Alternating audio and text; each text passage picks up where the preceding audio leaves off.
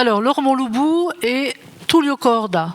Je ne sais pas ce qui a fait vous associer tous les deux.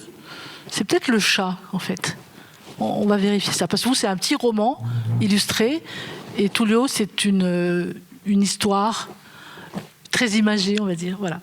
Alors, je vais commencer par Laure, si vous voulez bien.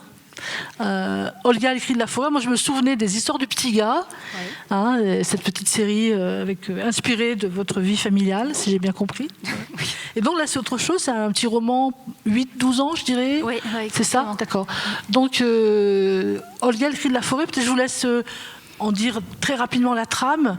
Et moi, je préciserai des choses sur la construction du texte, parce que ça m'a vraiment beaucoup intéressée. D'accord. Ouais. Alors, en fait, je raconte le début de l'histoire. Oui. En fait, Olga, c'est une petite fille qui déménage souvent. Et là, elle va arriver dans une grande maison. Voilà, une nouvelle maison. Bon, voilà, faut qu'elle s'installe. Elle va changer la tapisserie. Et en enlevant la tapisserie, elle va découvrir une toute petite porte dans le mur. Je continue encore un petit peu. Ouais, voilà la maison.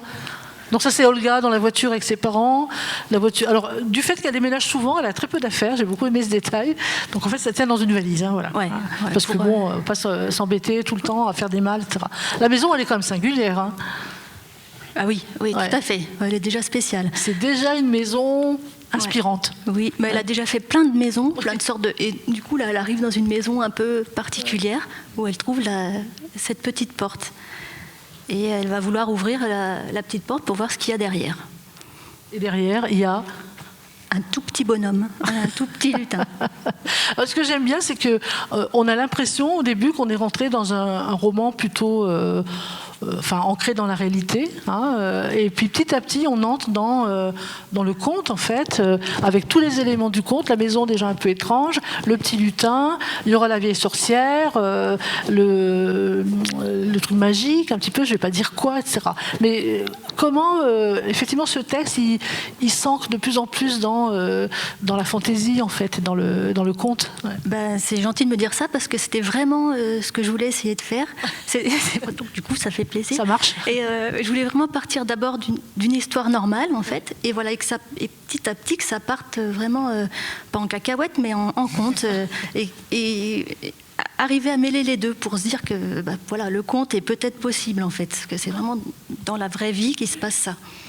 Alors, ce qui est aussi intéressant dans ce roman, c'est Olga, en fait, personnage d'Olga, et je parlerai du chat après parce qu'il est aussi intéressant, c'est que on découvre peu à peu que cette petite fille, elle a quelque chose de singulier. Et je te laisse peut-être le dire. Ouais, alors ça, c'est pareil, je voulais pas qu'on le découvre tout de suite en lisant. Petit à petit, on se rend compte qu'il lui manque quelque chose. En fait, elle peut pas entendre. Et je voulais pas le dire tout de suite pour... C'était d'abord une raison d'écriture. Parce qu'en fait, le fait qu'elle n'entende pas, on peut pas écrire de dialogue, par exemple. Du coup, il faut plus expliquer... plus décrire les choses, plus expliquer ce qu'elle ressent ou comment elle peut savoir, par exemple, que le dîner est prêt, c'est parce qu'elle sent l'odeur, en fait. Ce que j'aurais pas pensé à faire si elle parlait, si elle entendait, on l'aurait appelée pour manger, puis elle serait allée manger.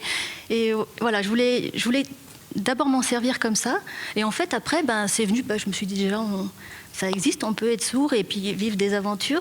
Et en plus, au final, ça a servi l'histoire, en fait. Complètement, parce qu'en fait, il y a une inversion des rôles, puisque, je ne vais pas tout raconter, mais les parents ont disparu, voilà, et donc il va falloir les retrouver. Et finalement, c'est la petite fille faible qui a un handicap qui va résoudre l'histoire. Il y a un superbe renversement des rôles, je trouve, traditionnel. Non, la faiblesse devient... Oui, exactement. Enfin, ce qui n'est pas une faiblesse, en fait. Mais voilà, c'est ce qui l'aide. Faiblesse, oui, exactement. Alors, parlons du personnage du chat. Je voulais mettre un chat parce que déjà, pour pas qu'elle soit toute seule, à chaque fois qu'elle déménage, parce qu'elle est tout le temps toute seule, parce qu'elle va pas à l'école, alors il fallait quand même qu'elle ait un compagnon, qui était là depuis longtemps, mais voilà. Et puis ça fait ce personnage un peu pas drôle, mais voilà, qui est un petit peu décalé, que je voulais mettre. Alors il est censé veiller sur elle. Oui. Mais il a plein d'autres. Il a beaucoup de facéties. Il commente en fait les événements avec beaucoup de distance et il introduit une dimension humoristique qui est vraiment très très chouette. Ouais. Alors comment on passe du petit gars, des petits trucs à quelque chose de plus ample en fait, de plus Bah, sais pas. non. Après, c'est très agréable. Moi, j'aime bien la sensation d'écrire. J'aime bien la sensation physique d'écrire, en fait. Il faut se mettre devant l'ordi et puis écrire. Et ça, c'est agréable. Et du coup, c'est long parce que c'est bien plus long que de faire le petit gars, par exemple. Ouais, c'est sûr. Et il faut un temps comme ça. Il faut se remettre dedans quand on y retourne. Enfin, ouais, j'aime beaucoup. Ça pourrait durer tout le temps. Ouais. Merci beaucoup, en tout Merci. cas, alors. Très beau petit roman. Alors, Tullio, il y a un chat aussi chez vous, hein, donc c'est peut-être le lien entre les deux, mais j'aime bien le dessin. Là. Une histoire de contraire. Alors, le titre est intéressant parce que on pourrait croire que c'est un imagier de contraire, ouais. hein, et en fait, pas du tout. C'est pas du tout ça. C'est vraiment une histoire, mais que vous présentez sous la forme de, voilà, ce qu'on voit ici, hein, de deux animaux, un chat, un chien. Ouais. Qui se prête bien effectivement à l'illustration des contraires. Un contraire en soi. En soi, c'est des contraires. Éveillé, endormi, voilà. On peut passer à l'image suivante. Dedans, dehors. Et alors, c'est là que ça commence à se construire l'histoire. Peut-être je vous laisse nous expliquer comment justement elle s'est construite. Parce qu'il y a un trio entre le chat, le chien et l'oiseau. C'est ça ? Oui. Ouais. Alors, en fait, moi, je voulais faire un livre de contraire avec quelque chose en plus. Alors, je me suis donné comme défi d'arriver à raconter une histoire en utilisant que des contraires. Et après, finalement, je pense que c'était déjà un contrat assez gros. Et après, je ne sais pas bien, parce que pour moi, l'histoire, ça commence de la première page, parce que c'était... Je ne sais pas comment dire, c'était vraiment parce que ça commence où il y a les chats qui sautent sous les chiens, et c'était un peu... C'est chien et chat. Après, je ne suis pas venu parce que pour moi, c'était un peu obligé. Tous les passages, ils étaient obligés. Je pouvais pas... Je devais trouver des contraires, forcément, je devais passer d'un à l'autre. Et après, oui, c'était... je ne sais pas, parce que c'est une histoire que je ne m'attendais pas quand je me suis donné ce défi-là. Je ne savais pas, mais elle est sortie d'un coup. Comme ça, c'était comme ça. Elle arrivait comme ça. Je ne peux pas... J'ai mis un fil de contraire, j'imaginais les contraires. Après, ça peut passer quoi? Après, j'ai trouvé les contraires après ça, parce que les chats qui sautent sous les chiens, comme ça, c'est courageux, peureux. Après, on a... Moi, ce qui m'intéresse aussi dans votre album, j'ai parlé du blanc et du silence chez Audrey, mais là aussi, le blanc est très important, en fait. Et la construction de l'image, parce qu'on est en haut à gauche, et puis j'aime beaucoup... Alors, j'ai lu quelque part, vous avez une formation d'architecte. Oui. Et peut-être que la notion d'espace, elle est importante pour vous. L'espace de la page. Comment est-ce qu'on construit la page? Oui. Alors, je vais trop loin, j'en sais rien. En fait, c'est la seule chose que j'ai gardée dans ma formation d'architecte, c'est de respecter les échéances. Ça, c'est... Après... Non, c'est utile, hein, c'est utile dans ce travail aussi. Les éditeurs doivent apprécier. Après, non, ça, je pense que ça vient plutôt... Ça, de la composition, que c'était plutôt ma passion pour la peinture, pour autre chose. Ça vient de ça. Oui, c'est vrai que ça peut aider aussi en architecture, mais finalement, j'ai pas eu trop de temps pour approfondir ça, parce que je suis passé directement au graphisme et après à l'illustration. Ouais. Voilà. Alors, voilà.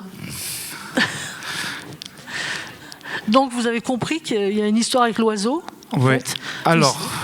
Oui, l'oiseau, c'est... Qui ne se laisse pas avoir comme ça.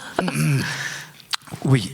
Alors, en fait, je peux dire déjà que j'ai fait beaucoup de progrès, parce que la dernière fois qu'on s'est rencontrés, j'avais présenté un album sans texte. Ouais. Déjà, ici, il y a 2 mots par page, c'est déjà beaucoup. Hein. Ouais, un grand effort littéraire. Hein. Oui, non, finalement, non, je pense à ça, parce que moi, je peux imaginer ça, parce que si on enlève les contraires, ça peut marcher. La petite aventure, ça déroule. Et après, c'était intéressant de chaque photogramme visualiser un contraire, qu'après, à la fin, on découvre que c'est pas, ils sont pas vraiment, ils sont pas. Ah oui, je peux pas dire la fin. Ça lève les goûts. Tu as parlé de peinture, peut-être parler de la technique que tu emploies. La technique, alors là, à la base, c'est du monotype. Ouais. Avant, je faisais le même travail en découpant à la main. Je faisais des gros feuilles de monotypes. Tu peux redire ce que c'est qu'un monotype? Les monotypes, c'est tu prends de la peinture à l'huile, tu l'étales sur une feuille en plexiglas ou en verre. Après, on imprime sur un feuille en papier avec une impression manuelle. Souvent, on peut utiliser une presse. Par contre, à la main, ça marche très bien. Et ce que j'aime bien, c'est que il y a beaucoup d'hasard. Ouais. Comme ça donne de la texture. Après, ça donne des idées même pour. Par contre, cette fois-là, j'ai décidé de le découper à l'ordi. Parce que après, j'ai découvert que j'aime bien aussi. C'est pas uniquement pour la. Alors tu mets plus de texte et tu deviens moderne, c'est ça? Oui, voilà. J'ai dû acheter un ordinateur. Non. Oui, et j'ai découvert que finalement, parce que moi, je n'ai jamais donné des cours d'illustration, et je disais aux élèves, non, pourquoi utiliser tout le temps l'ordinateur? Après, j'ai dit, oui, j'ai compris pourquoi. C'est assez pratique finalement. Très bien. En tout cas, c'est une toute petite histoire très drôle et qui fera beaucoup parler les lecteurs, je pense aussi. J'espère, voilà. Ouais. Merci à tous les deux. Merci beaucoup.